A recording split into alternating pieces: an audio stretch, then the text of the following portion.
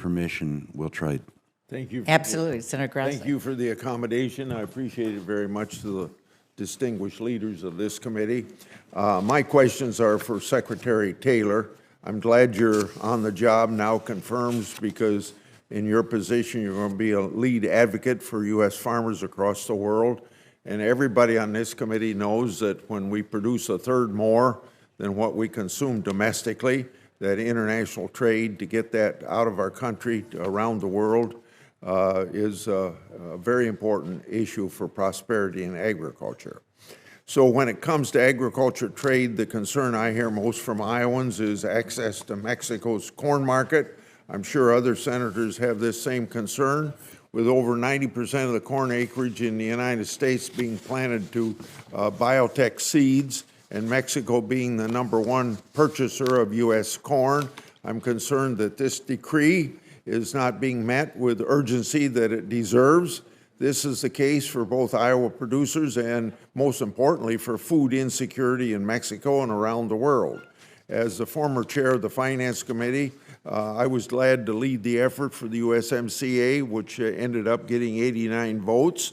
I was pleased to see yesterday that the U.S. Trade Representative has formally established a second USMCA dispute settlement panel to hold unfair Canadian dairy tariff rate quotas policies accountable.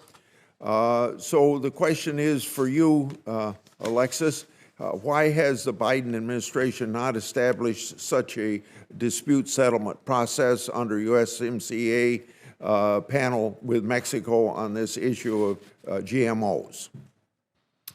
Thank you, Senator Grassley, for that question.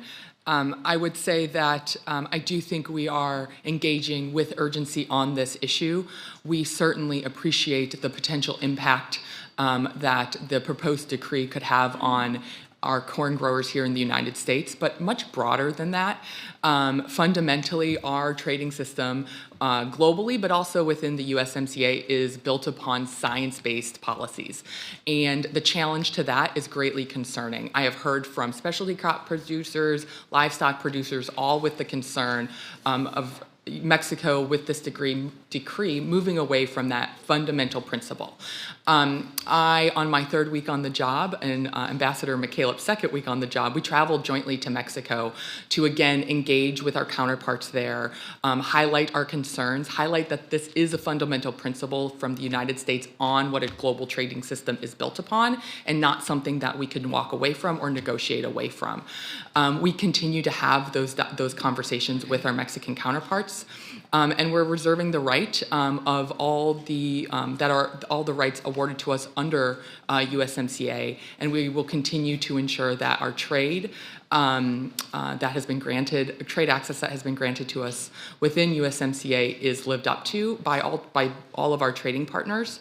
And look forward to working with you in this committee on this very important issue, because it is a fundamentally critical question that we are answering here. Are you aware of any timeline to start the negotiations, get the process in place? Senator Grassley, I would say we're still, I think, productively engaging with Mexico.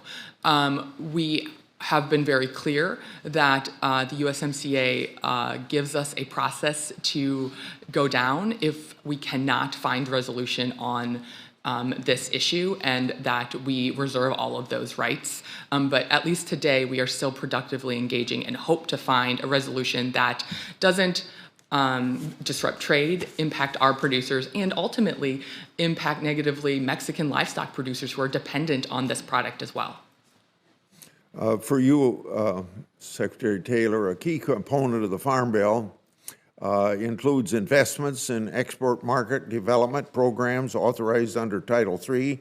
These investments help promote U.S. products in emerging and developed countries and can pave the way for bilateral agreements. Free trade agreements are essential for U.S. agriculture products and in making sure that our producers can compete on a level playing field.